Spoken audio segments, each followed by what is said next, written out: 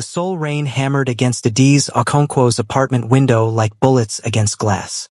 At 31, she should have been beyond this.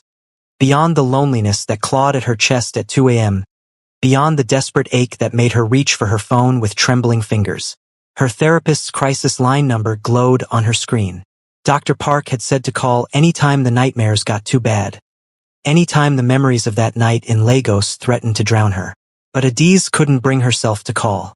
Couldn't bear to hear the practiced sympathy in Dr. Park's voice again.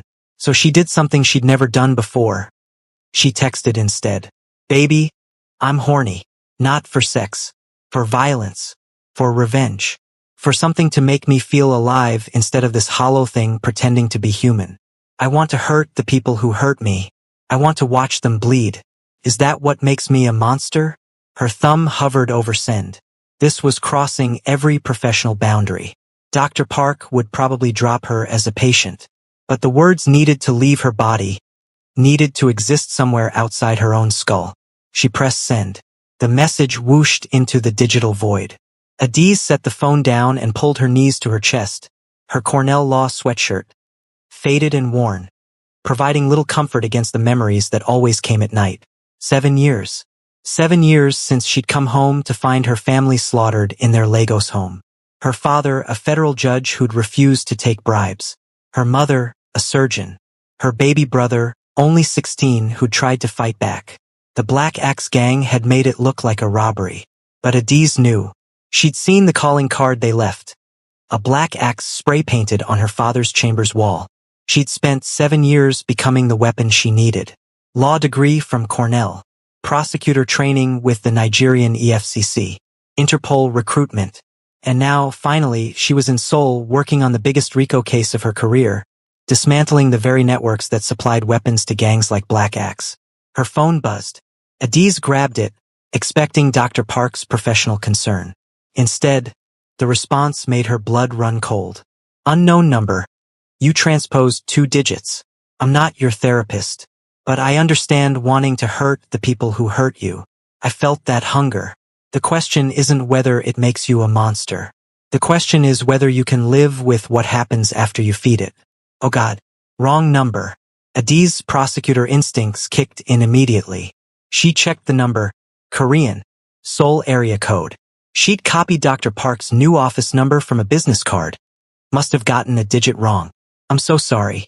Please delete this and forget you ever saw it. This was meant for my therapist. The response came almost immediately. Why would I delete the most honest thing anyone said to me in years? Tell me about them. The people who hurt you. Adiz should have blocked the number. Should have reported the breach to whom? Her own stupidity wasn't a crime. But something about the response, the lack of judgment, the recognition in those words, made her fingers move across the screen. They killed my family. 7 years ago. Made it look random, but it wasn't. My father was a judge. He said no to the wrong people. And you've spent 7 years hunting them. How did you know? Because I would have done the same thing. I am doing the same thing just from a different angle.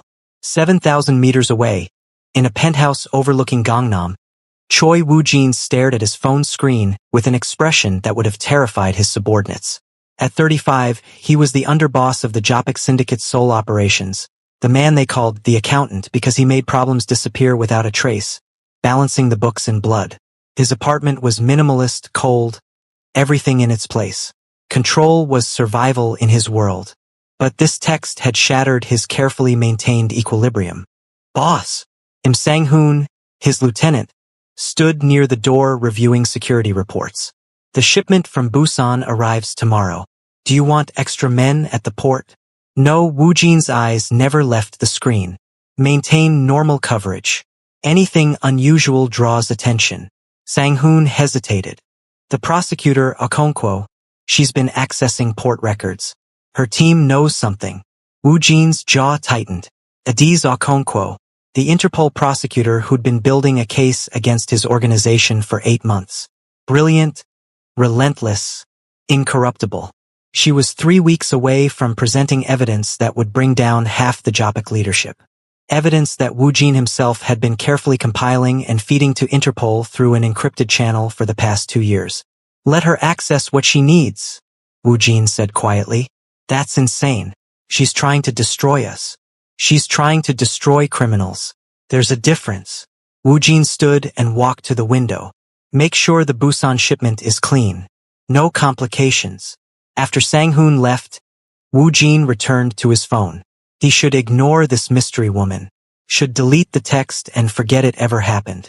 His therapy sessions, court-mandated after his third arrest, though no charges ever stuck, had taught him about boundaries. But something about her raw honesty, her naked pain, called to the part of him he kept buried deep. The part that remembered being 8 years old, sold by his own uncle to pay gambling debts, raised inside the syndicate like a weapon being forged. He typed carefully. What's your name? A long pause. Then, I can't tell you that. You're a stranger who now knows I have violent fantasies about revenge. Fair. I'm a stranger who shares those fantasies. But I've learned something in my years of hunting. Revenge doesn't fill the hole. It just makes it deeper. So what does fill it? I'm still trying to figure that out. Maybe we can figure it out together. Just two strangers in the dark, being honest about the monsters we're becoming. Adiz stared at the message for a long time. This was insane. She was an Interpol prosecutor texting with a complete stranger about murder and revenge at 2 a.m. But for the first time in 7 years, someone wasn't telling her to let it go, move on, forgive.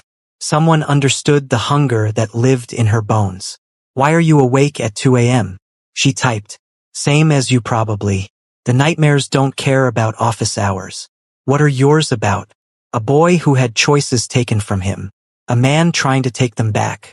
What are yours about? Adiz's hands trembled as she typed. Coming home. Finding them. My baby brother tried to text me. I was in class taking a corporate law exam. He died while I was writing about fiduciary duty. You carry that like it's your fault. Isn't it?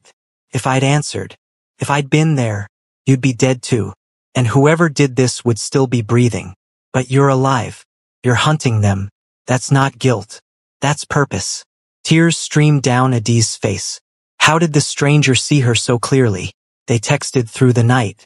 Neither sharing names, neither revealing too much. Just two wounded people finding unexpected connection across the digital void. Wu Jin told her about loss and survival, about building something from ashes, about the weight of protecting people who depended on him.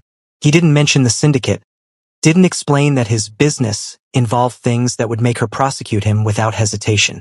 Adiz told her about her crusade against organized crime, about her master's thesis on dismantling transnational criminal networks, about wanting to see the people who supplied weapons to gangs like Black Axe face justice. She didn't mention she was 3 weeks from the biggest prosecution of her career. When dawn broke over Seoul, Adiz finally asked, "Why are you being so kind to a stranger who sent you a completely inappropriate text by mistake?" The response came after a long pause. Maybe some mistakes are fate in disguise. Maybe we were both supposed to be awake at 2 a.m. Maybe this is the universe saying you're not alone in the dark. Adiz smiled for the first time in weeks. That's almost poetic for a stranger. Don't spread that around. I have a reputation to maintain. What kind of reputation? The kind where people don't expect poetry. She laughed, actually laughed, and it felt like breaking through ice. If you're already hooked by Adiz and this mysterious stranger's connection, do me a favor, hit that like button right now. Because trust me, this story is about to get insane. And if you want to see where this forbidden connection leads, subscribe and turn on notifications. You do not want to miss what happens when these two finally meet face to face. Drop a comment telling me, would you text a stranger at 2 a.m. like this? Let's go. 3 days later, Adiz stood in the Seoul Central District Courthouse, reviewing her notes before the biggest hearing of her career. Her tailored black suit was armor, her natural hair pulled back in a sleek bun, her game face firmly in place. The RICO case against the Jopik syndicate had consumed 8 months of her life. Wiretaps, financial records, witness testimony. She'd built an airtight case against the organization responsible for weapons trafficking across 4 continents. Weapons that ended up in the hands of gangs like Black Axe. This wasn't just about justice. This was about cutting off the supply chain that had armed her family's killers. Prosecutor Okonkwo, her assistant, Jean Young, appeared at her elbow. The defendants are entering the courtroom. Adiz took a deep breath and gathered her files. She'd done this dozens of times. Criminal trials were her arena, her battlefield, the place where she channeled her rage into something productive. But as she walked into the courtroom, nothing could have prepared her for what happened next. The defendants filed in with their lawyers, 6 men in expensive suits, faces carefully neutral. And at the center, the alleged underboss whose testimony could bring down the entire network. Choi Woo-jin. Their eyes met across the courtroom. The world stopped. Adiz knew that face. Not from case files or surveillance photos, though she'd reviewed hundreds. She knew it from somewhere deeper, more recent. And then it hit her with the force of a freight train. The scar on his left hand, visible in their video calls when he gestured while talking. The bookshelf behind him in one video, Korean legal texts mixed with philosophy. The way he said purpose in that specific tone. The stranger she'd been texting for 3 days, pouring out her soul to, sharing her darkest thoughts with, was the underboss of the organization she was prosecuting. Woo-jin's expression confirmed he'd reached the same devastating realization. The prosecutor hunting his organization was the woman who'd accidentally texted him at 2 a.m. The woman whose vulnerability and honesty had cracked something open in him that he'd thought was sealed forever. Time resumed its normal pace. The judge entered. Everyone stood. The hearing began. But Adiz couldn't hear anything over the roaring in her ears. Her carefully constructed world had just shattered into pieces too sharp to reassemble. The hearing was a blur. Adiz operated on autopilot, presenting her opening arguments with mechanical precision while her mind reeled. Across the courtroom, Woo-jin sat perfectly still, his expression unreadable, but she could see the tension in his shoulders. When the judge called a recess, Adiz barely made it to the bathroom before her legs gave out. She locked herself in a stall and tried to breathe through the panic. She'd been texting with a criminal. Not just any criminal, the underboss of the organization she was trying to destroy. The man whose testimony she needed to secure convictions.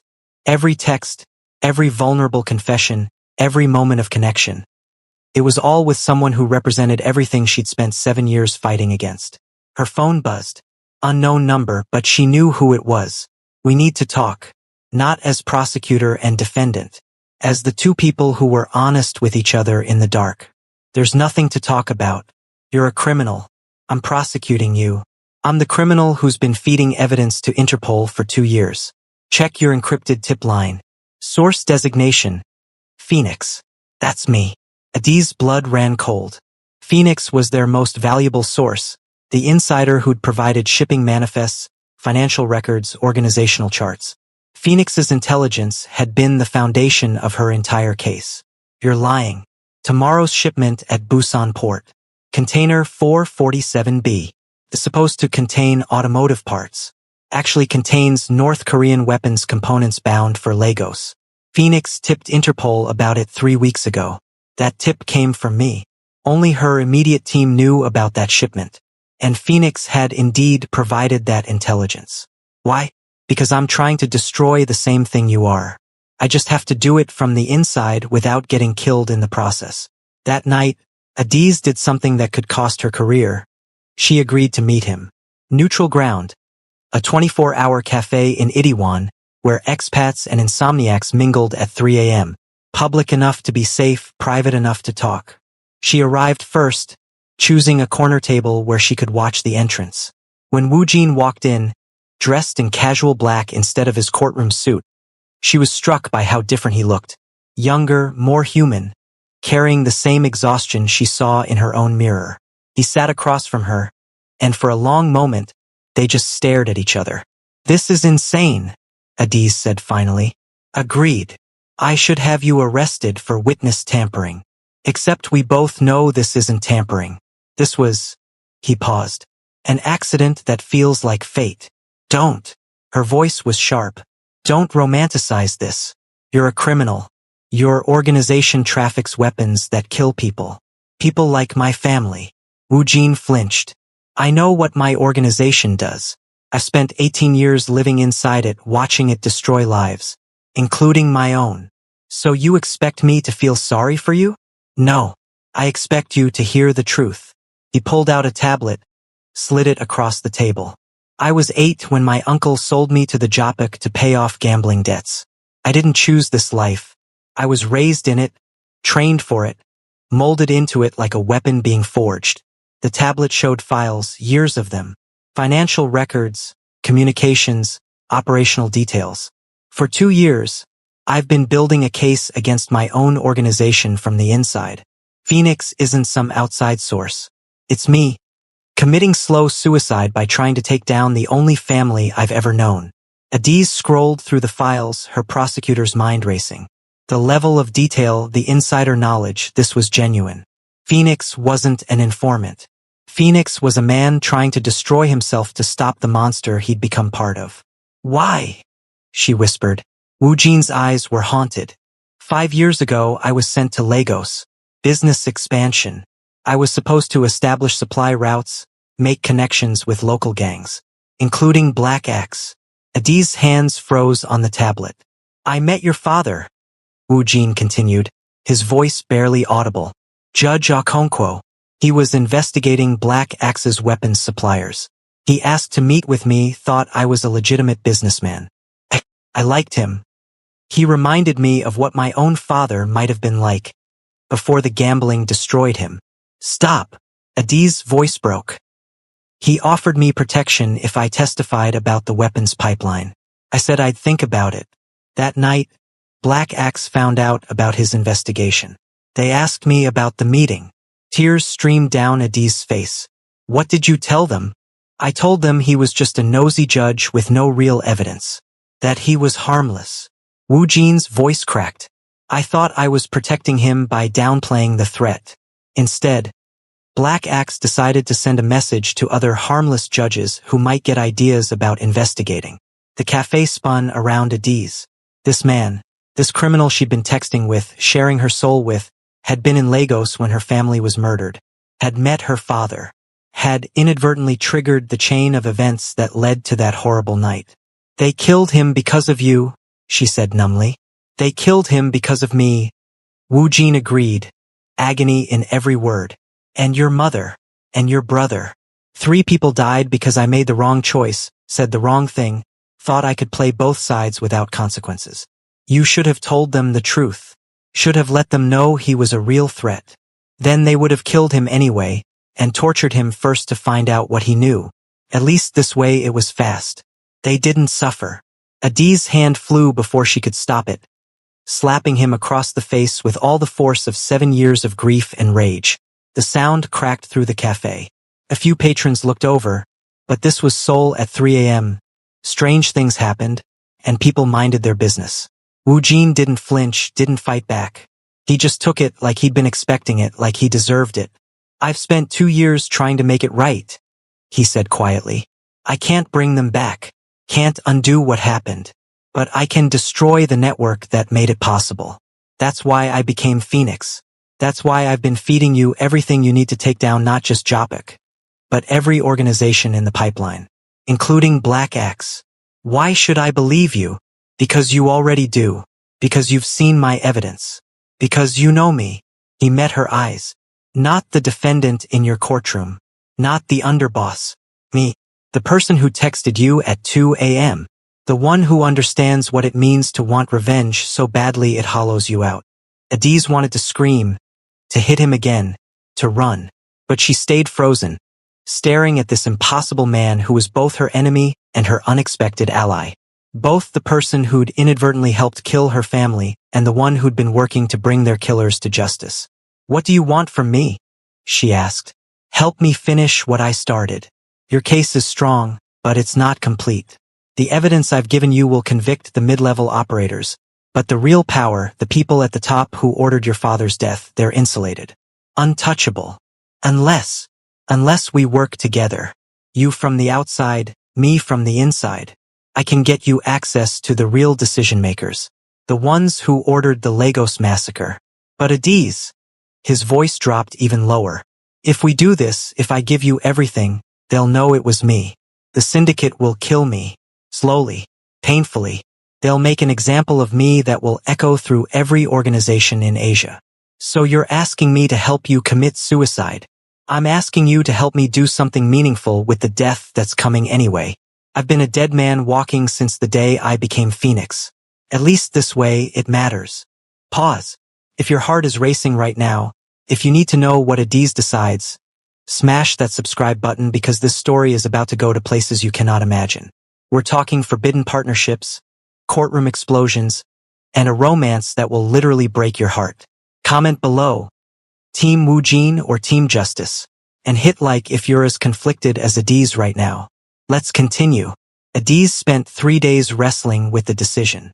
Everything she'd built her career on said to walk away, report Woo Jin to her superiors, let the case proceed as planned. But the prosecutor in her knew he was right. Her current evidence would net mid-level convictions, important but not enough. The people who'd actually ordered her family's execution would remain untouched, protected by layers of insulation and plausible deniability. Woo Jin could give her those people. On the 4th day, she encrypted her response. I'm in, but we do this my way. You give me everything, names, locations, financial trails. And when it's over, you testify in open court. You face what you've done. Agreed. One more thing. No more personal texts. This is strictly professional. What happened between us before, the connection, the conversations, that ends now. A long pause before his response. Of course. Strictly professional. But the ache in her chest suggested it was already too late for strictly professional. They met in secret, abandoned warehouses, hotel rooms rented under fake names, secure locations that Woo Jin's enemies wouldn't monitor. Each meeting was a masterclass in controlled tension. Woo Jin provided names. Lee Sang-min, the Jopik boss who'd personally approved the Lagos operation. Kwon Ji-hoon, the Chinese middleman who'd supplied the weapons to Black Axe.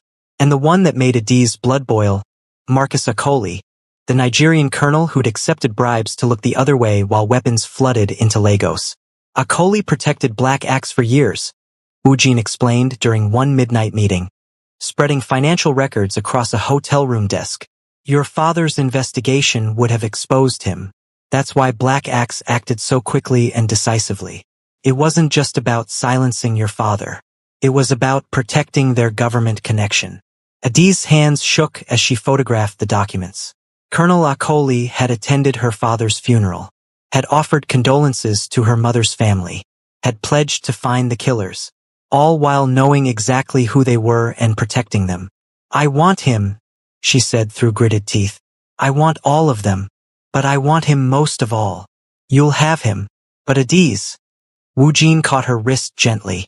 When this breaks, when the arrests happen, Akoli will know the evidence came from inside the organization. He'll retaliate. Your family in Nigeria, already relocated under Interpol protection. I moved them 2 years ago when I started this case. She pulled her hand away, ignoring the warmth of his touch. I've thought 10 steps ahead. Have you? I've thought exactly 1 step ahead. Survive long enough to give you what you need. Their eyes met, and the air between them crackled with everything they weren't saying. The connection they'd formed before the truth came out still existed, complicated now by betrayal and shared purpose. Why did you text me back that first night? Adiz asked. The real reason. Woo Jin was quiet for a long moment. Because your honesty was intoxicating. No one in my world speaks truth. Everything is layers, manipulation, survival. But you, at 2 a.m., you just laid yourself bare. I wanted to know what that felt like. To be honest with someone. And now I know it feels like drowning and breathing at the same time. He stood, putting necessary distance between them. We should focus on the case. But as they worked through the night, building the prosecution that would shake 3 continents, they both knew this was more than professional. Every accidental touch, every shared look, every moment of synchronized thinking as they anticipated each other's next move. It was intimacy wearing the mask of collaboration. 6 weeks into their secret partnership, everything went wrong. Adiz was in her Interpol office, reviewing the latest financial records Woo Jin had provided, when Jin Young burst through the door, face pale. We have a problem.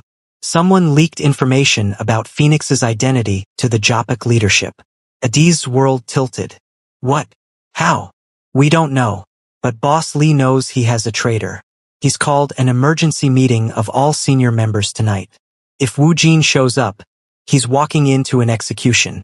Adiz was already grabbing her phone, texting the encrypted number. Don't go to the meeting. They know. Get out now. No response. She tried calling. Straight to voicemail. Jin Young, I need a tactical team. Now. For what? We can't just raid a private meeting without. I don't care about protocol. If Wu Jin dies, our entire case dies with him.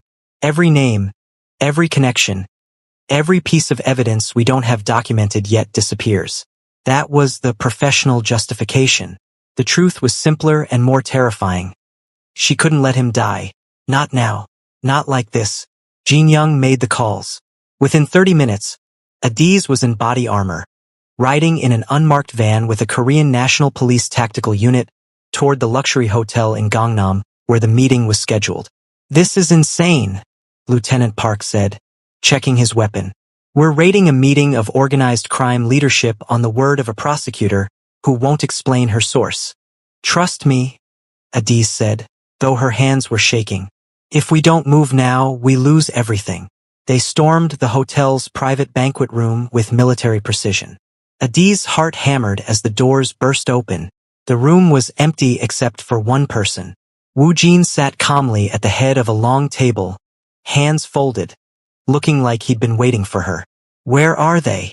Adiz demanded, pulling off her helmet. I sent them away.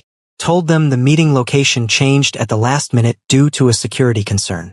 His eyes were dark, unreadable. I got your text. Then why didn't you respond? Why didn't you run? Because I needed you to see something. He stood, and that's when Adiz noticed the laptop open in front of him. I sent the evidence to myself. All of it. Every file, every document, every piece of testimony you need. It's all right here, uploaded to a secure server with instructions to release to Interpol if I don't check in every 24 hours. I don't understand. The leak came from inside Interpol. Adiz. Someone on your team is compromised. They told Boss Lee about Phoenix, probably hoping he'd eliminate me before I could testify. But they didn't count on me having an insurance policy. Adiz felt sick. Who? I don't know yet, but they've been watching you. They know we're working together.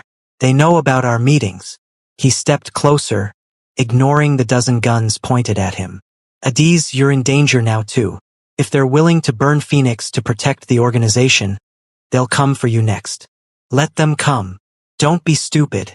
You're brilliant and brave, but you're not bulletproof.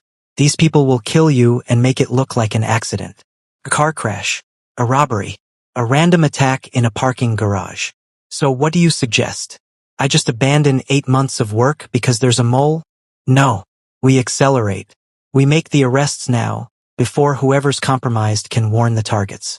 Hit everyone simultaneously, Seoul, Lagos, Beijing, all at once. No time to run, no time to destroy evidence. Lieutenant Park stepped forward. That would require coordination across multiple agencies and countries. The logistics alone are already in place, Wu Jin interrupted. I've spent 2 years setting up this moment.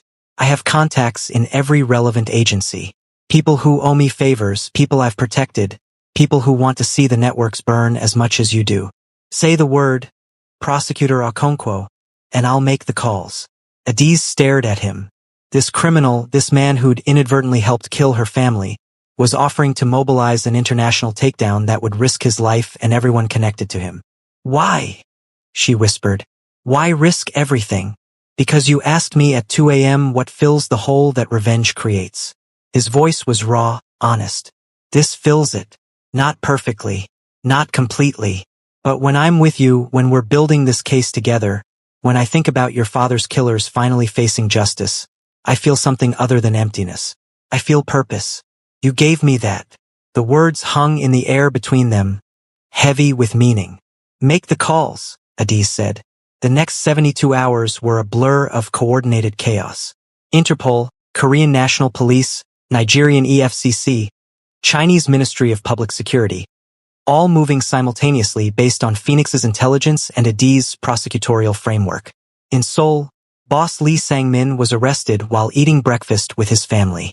In Lagos, Colonel Akoli was taken from his office in handcuffs, his fellow officers watching in shock. In Beijing, Kwon Ji-hoon was pulled from a business meeting and extradited before he could lawyer up. And in the Seoul warehouse district, Woo Jin orchestrated the final piece. A meeting with the remaining Joppik leadership where he revealed himself as Phoenix. "You're a traitor," one of them spat. "We raised you, fed you, protected you. You bought me," Woo Jin corrected. "Like property. You took a child and turned him into a weapon. Now that weapon has turned on you. Call it karma. Call it justice. Call it whatever helps you sleep in prison." They tried to kill him, of course. But Adi's tactical team was waiting, hidden, ready. The arrests were clean, documented by the book. When it was over, when all the targets were in custody and the evidence secured, Adi's found Woo Jin on the warehouse roof, staring out at the Seoul skyline. "It's done," she said quietly. "Phase 1 is done. The trials will take years. Appeals, motions, legal maneuvering. I know. I'll be prosecuting in 3 different countries simultaneously." She stood beside him, close but not touching. "You'll have to testify, repeatedly. Your life as you knew it is over. My life as I knew it has been over since I was 8 years old. Maybe now I get to find out who I actually am when I'm not being what they made me." They stood in silence, watching the sun rise over the city. "I should hate you," Adiz said finally. "For Lagos. For my father. For everything. You should. But I don't. I should. But I don't, and I don't know what to do with that." Woo Jin turned to face her. "I can't undo what happened. Can't bring them back. Can't erase my part in it, even if it was unintentional. But Adiz, I can promise you this. I will spend the rest of my life, however long that is, trying to make the world a little less dark. Starting with testifying against everyone who's ever trafficked a weapon, taken a bribe, or ordered a hit. That's not redemption. I know. Redemption isn't possible for people like me. But maybe it's enough to try anyway." Adiz's hand found his. The touch was electric, complicated, loaded with everything they'd been through. "When the trials are over," she said slowly, "when you've testified and served whatever reduced sentence your cooperation earns you, and when I've prosecuted everyone who needs prosecuting. Yes. Find me, if you're still alive. If you still want to figure out what fills the hole. Find me, and we'll see if 2 broken people can build something that isn't broken." Woo Jin's fingers tightened on hers. "That's a long time to wait. Good things are worth waiting for. And Woo Jin." She met his eyes. "I need the time to process this, to understand what I feel, to know if what's between us is real or just trauma bonding and shared purpose." "Fair." He lifted her hand and pressed a kiss to her knuckles. "But Adiz, I already know what I feel. I fell for you at 2 a.m. when you sent a wrong text to a stranger. I fell deeper when you chose justice over safety. And I fell completely when you gave me a reason to be something more than the weapon they made me." Tears streamed down Adiz's face. "Don't make this harder than it already is. I'm not trying to. I'm just being honest. Like we were in the beginning." They stood together on that rooftop as Seoul woke up around them. 2 people who'd found each other by accident and built something extraordinary from their shared pain. Hold up. If you're feeling all the emotions right now, if you're torn between heartbreak and hope, if you need to know what happens next, hit that subscribe button and turn on all notifications. Because the story doesn't end here, and you're going to want to be here for part 2.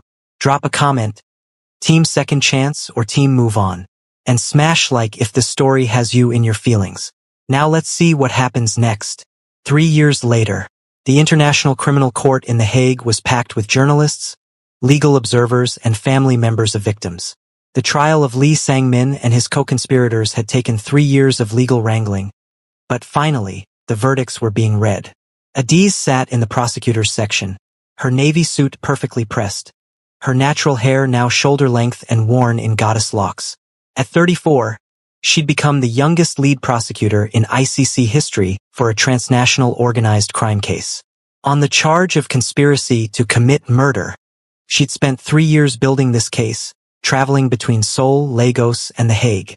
3 years of depositions, witness testimonies, legal battles. 3 years of waking up at 2 a.m., not from nightmares anymore, but from dreams of a scarred face and dark eyes that understood her in ways no one else ever had. Guilty. The word echoed through the courtroom. One by one, the verdicts came down. Lee Sang-min, guilty on 18 counts. Kwon Ji-hoon, guilty on 22 counts. And the one that made Adi's breath catch, Colonel Marcus Akoli, guilty on 15 counts, including conspiracy to commit murder in the deaths of Judge Okonkwo, Dr. Okonkwo, and David Okonkwo. Her family's names, spoken aloud in open court. Their deaths acknowledged not as random violence, but as murder. Premeditated, calculated, and now finally punished. Adiz closed her eyes and let the tears fall. 7 years of hunting had led to this moment. Justice. Real, tangible, documented justice.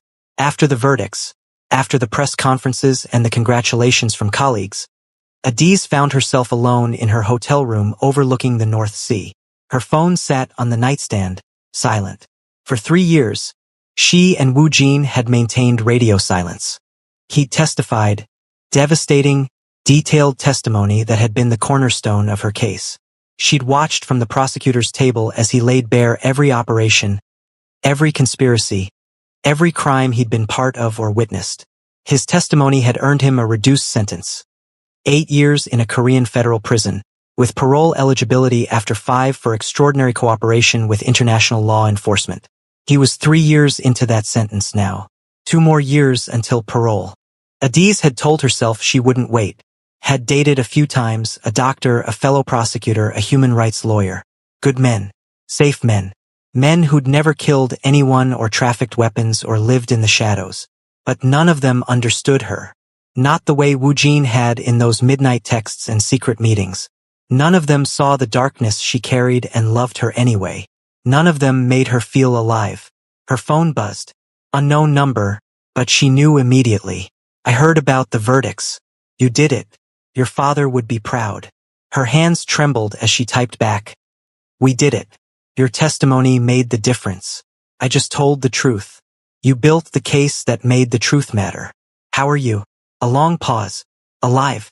Surviving. Reading a lot. They have a surprisingly decent law library.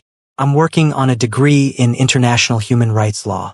Figured I should understand what I violated so thoroughly. Despite everything, Adiz smiled. That's very you. I've had a lot of time to think. About choices, consequences, who I was and who I could be. And I keep coming back to that rooftop. To what you said about finding each other when this was over. Does that offer still stand? Adiz stared at the message for a long time. This was her chance to walk away clean. To close this chapter and move forward with someone uncomplicated. Someone whose past wouldn't haunt them both. But her fingers typed the truth before her mind could stop them. 2 more years. Serve your time. Earn your parole. And yes, find me. 2 more years. I can do that. Adiz? Yes? Thank you. For seeing me as more than what I was. For giving me a reason to become something better. Thank you for the same. They texted through the night, carefully, aware that his communications were monitored, but finding ways to say what mattered. He told her about his classes, his therapy sessions, his work teaching other inmates to read. She told him about her life, her work, the nonprofit she'd started helping African women pursue legal education. As dawn broke over The Hague, Adiz felt something she hadn't felt in years. Genuine hope. Not the desperate hope of that first wrong text, but solid, grounded certainty that some connections were worth waiting for. 18 months later, the Korean parole board hearing was closed to the public, but Adiz sat in the observation section, having flown from Geneva specifically for this. Woo Jin looked different. His hair was shorter, streaked with gray at the temples despite being only 38. Prison had carved away any softness, leaving him leaner, harder. But his eyes, when they found hers across the room, still held that same recognition, that same connection. The parole board questioned him extensively. Mr. Choi, you've served 4.5 years of an 8-year sentence. Your cooperation with international authorities has been extraordinary. But the question remains. How can we be certain you've genuinely reformed and won't return to criminal activity? Woo Jin's voice was steady. I can't offer certainty. I can only offer evidence. I've completed 2 university degrees while incarcerated, one in international law, one in conflict resolution.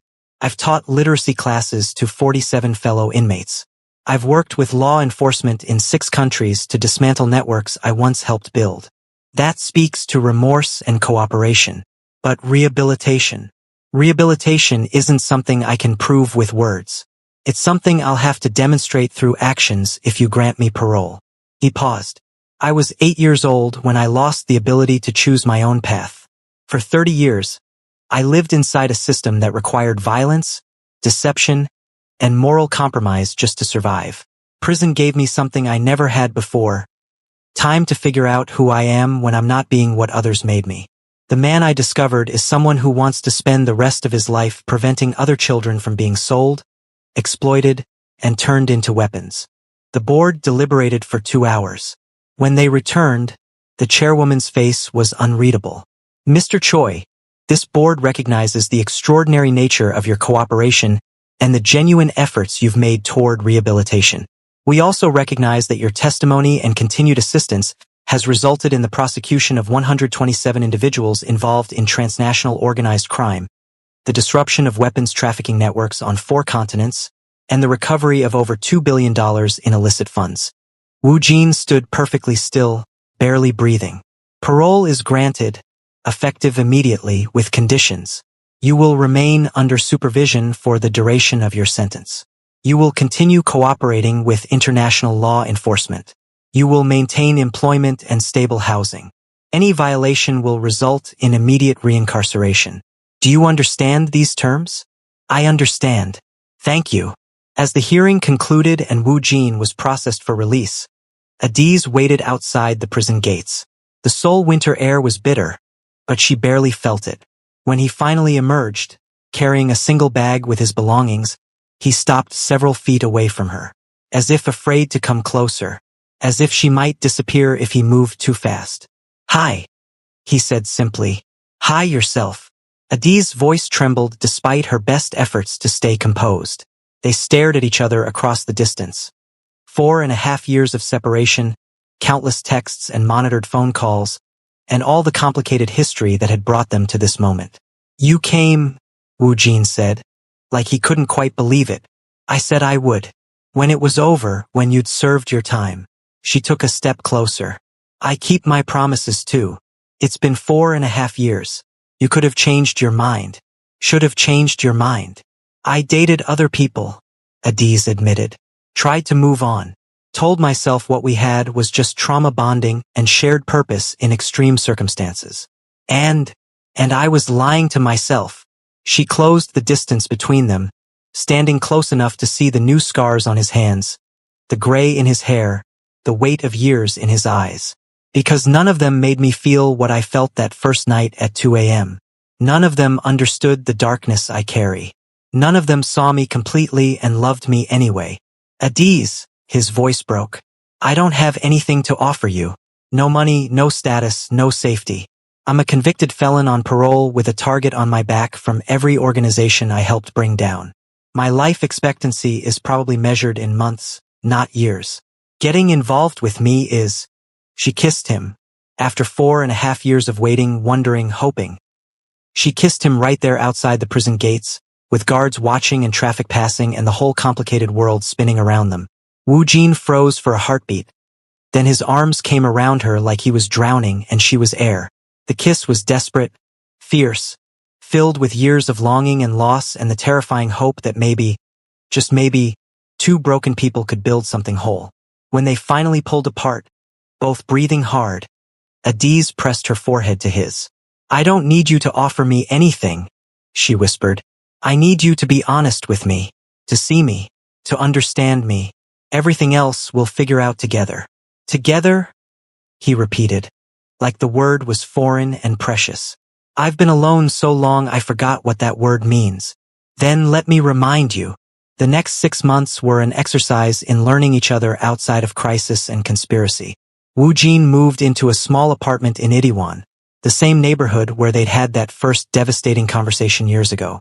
He worked with a restorative justice nonprofit, counseling at-risk youth who were being recruited by gangs, using his own story as a cautionary tale. Adiz split her time between Geneva and Seoul, prosecuting cases for the ICC while building her nonprofit. They video called constantly when she traveled, making up for lost time with late-night conversations that echoed those first texts. But being together in person was different, harder, more real. Woo Jin had nightmares, violent ones where he woke up swinging, trapped in memories of things he'd done and things done to him. Adiz had her own demons. Panic attacks when she smelled certain colognes that reminded her of crime scenes, hypervigilance in crowds, inability to trust easily. They learned each other's triggers, learned how to hold each other through the darkness, learned that healing wasn't linear and love wasn't simple, but both were possible. "Tell me about your brother," Woo Jin said one night, lying in bed with Adiz's head on his chest. "You've told me about your parents, but not much about David." Adiz was quiet for a long moment. He wanted to be an engineer, was obsessed with building things, bridges, computers, anything he could take apart and reconstruct. He was only 16, but he was already getting recruitment letters from universities. "He sounds brilliant." He was, and funny. "He used to tease me mercilessly about my boyfriends, said none of them were good enough for his big sister." Her voice cracked. "He tried to fight them, the men who came. His last text to me said, 'They're here, sis. I'm scared, but I'm going to protect Mom.' He was 16 years old, and he tried to protect our mother from armed killers." Woo Jin's arms tightened around her. "He was brave, like his sister. I wasn't there. I was taking an exam about corporate fiduciary duty while my baby brother was dying. You were surviving, so you could do exactly what you've done, bring his killers to justice.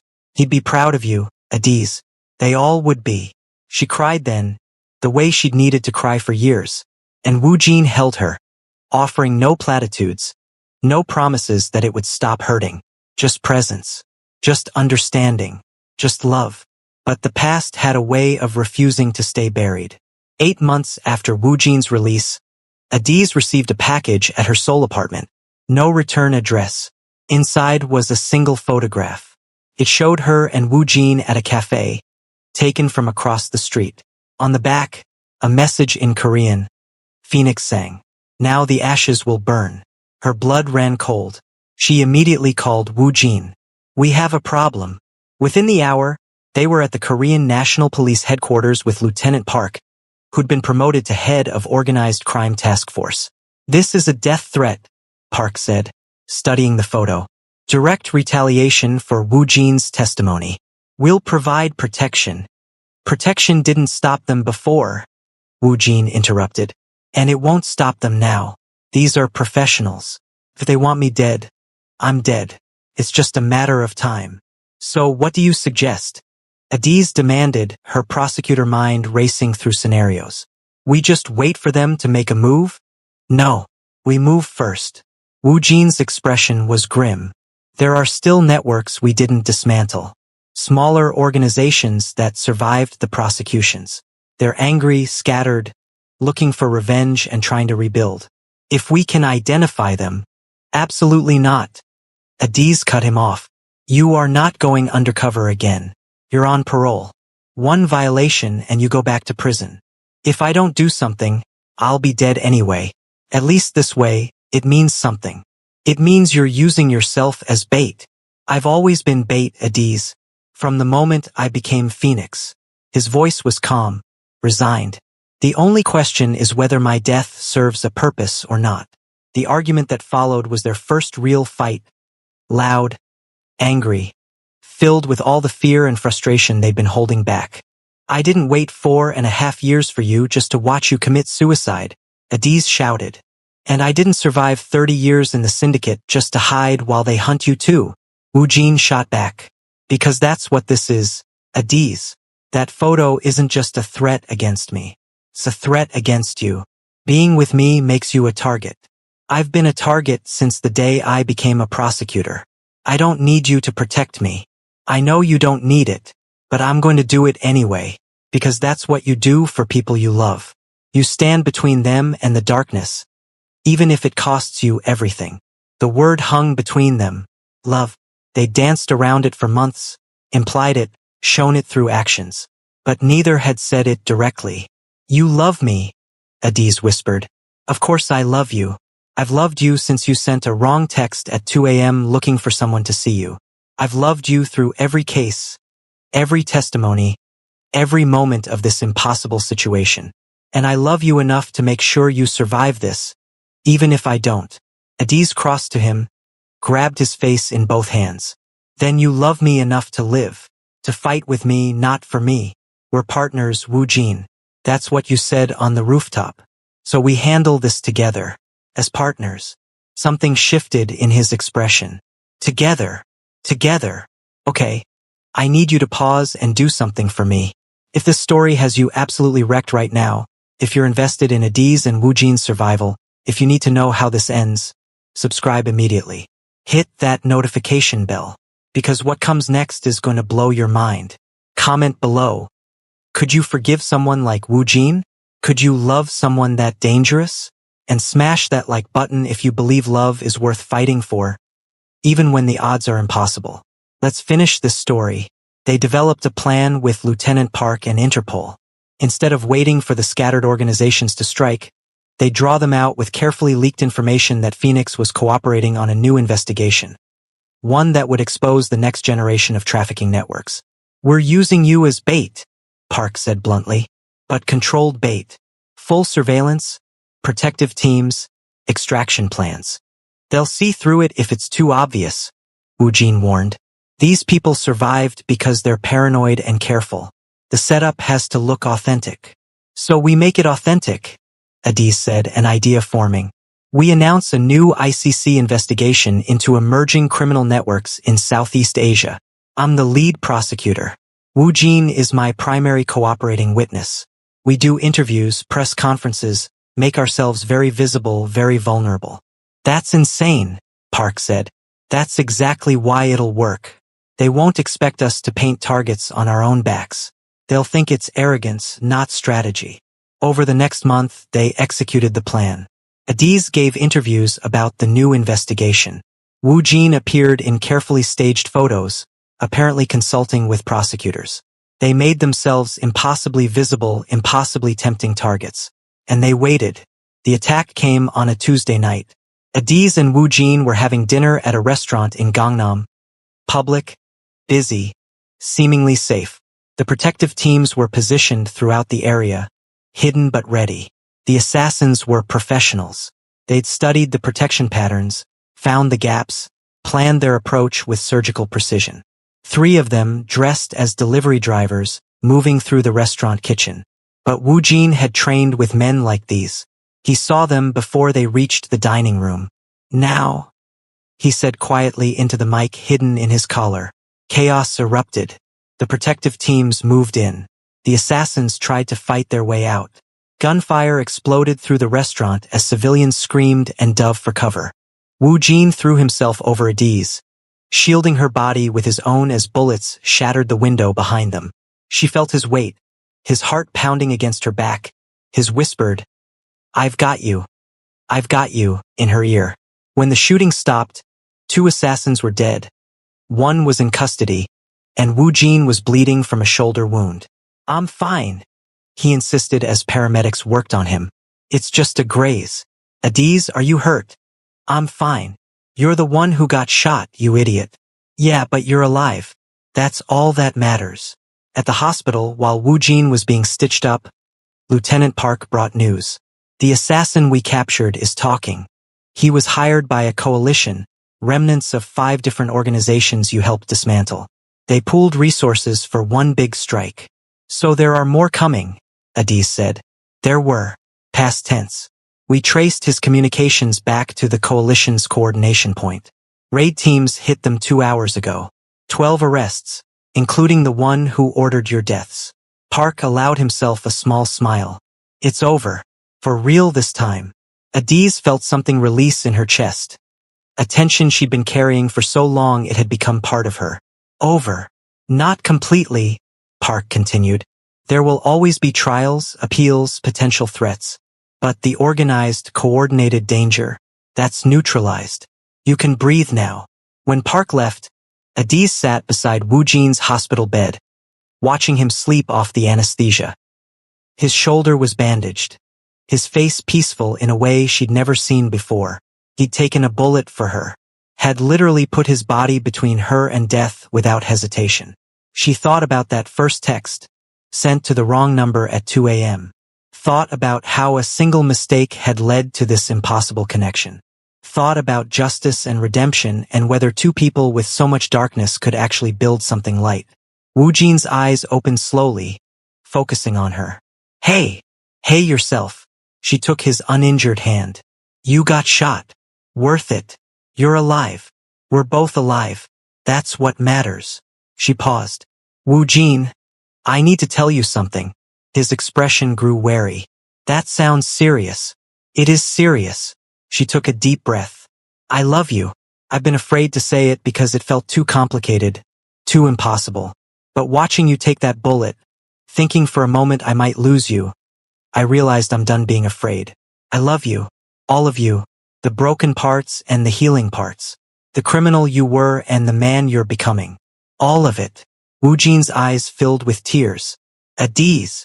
I'm not finished. I love you, and I want to build a life with you. Not someday, not when things are perfect, not when we've healed completely. Now, messy and complicated and real. What do you think? He pulled her down gently with his good arm, kissed her softly. I think that's the best offer I've ever received. I think I don't deserve you, but I'm selfish enough to accept anyway.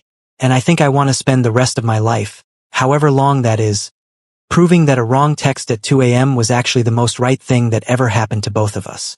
So is that a yes? That's a yes to everything. Life, love, messy and complicated and real. He smiled, and it transformed his scarred face into something beautiful. Together. 2 years later, the community center in Seoul's Itaewon neighborhood was packed with people. At-risk youth, former gang members, families affected by organized crime. It was the grand opening of the Phoenix Foundation, a nonprofit dedicated to helping people escape criminal organizations and rebuild their lives. Adiz stood at the podium, looking out at the crowd. At 36, she'd stepped back from prosecution to focus on prevention and education. She still consulted on major cases, but her heart was in this, stopping the pipeline that created people like the one who'd killed her family. 7 years ago, I lost my family to gang violence, she said, her voice steady. For years, I believed justice meant punishment, revenge, watching the people responsible suffer. And yes, I pursued that. I prosecuted them. I saw them convicted. She paused, finding Wu Jin in the crowd. He stood near the back, wearing a simple black suit, a small smile on his face. But justice without prevention is incomplete. We can prosecute every criminal in the world, but if we don't stop creating new criminals, if we don't help the children being sold, exploited, and turned into weapons, then we're just treating symptoms, not causes. This foundation exists because I learned something unexpected. I learned that people can change, that the weapon can become the healer, that the criminal can become the counselor, that the destroyer can become the builder. Her eyes locked with Wu Jin's across the room. I learned that redemption is possible. Not easy, not simple, not guaranteed, but possible. And I learned that sometimes the wrong number leads you to exactly the right person. Someone who sees your darkness and doesn't flinch. Someone who understands your pain because they carry their own. Someone who loves you not despite your broken parts, but including them.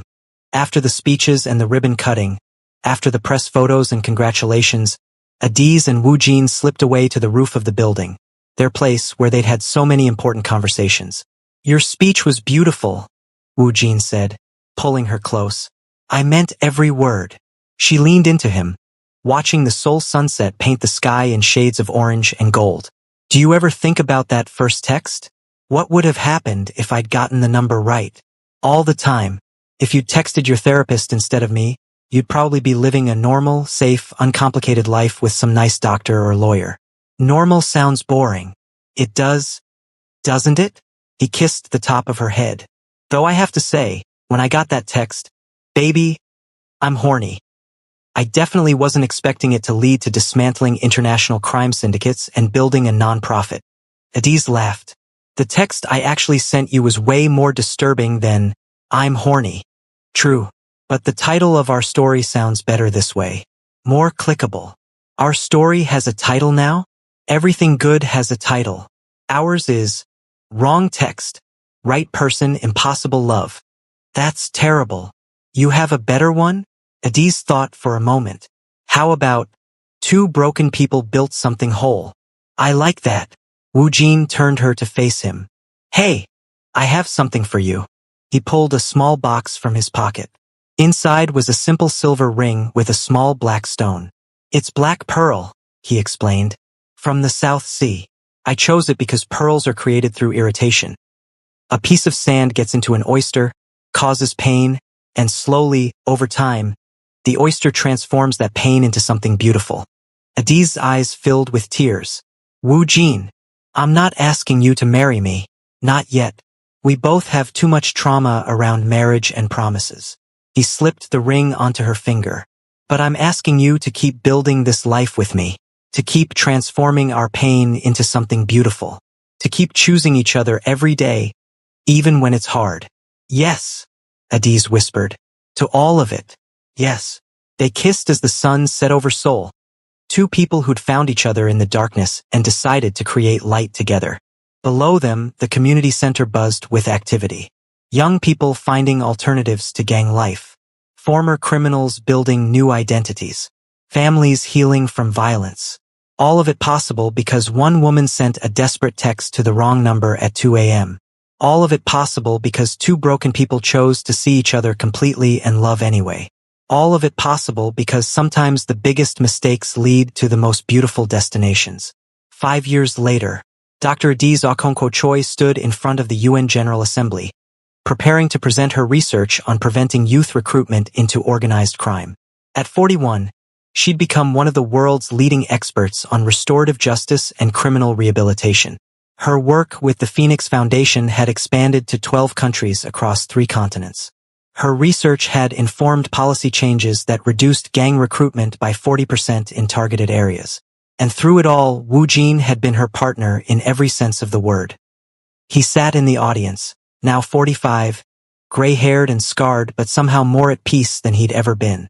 He'd completed his doctorate in criminology, published 2 books on life inside criminal organizations, and become a sought-after consultant for law enforcement agencies worldwide. They'd married 3 years ago in a small ceremony, just close friends, no families since both had complicated